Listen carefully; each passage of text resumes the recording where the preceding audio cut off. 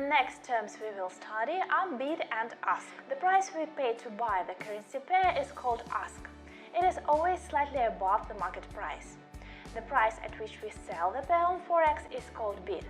It is always slightly below the market price. The price we see on the chart is always a bid price. Later on we will find out how to check the ask price in our trading platform.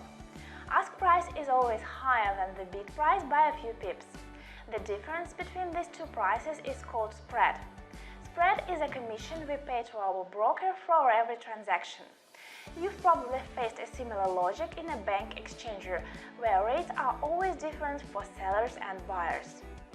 For example, the euro-dollar bid-ask currency rates are 1.1250, 1.1251. You will buy the pair at higher ask price of 1.1251 and sell it at lower bid price of 1.1250. This represents a spread of 1 pip. The more popular is the currency pair, the smaller is the spread.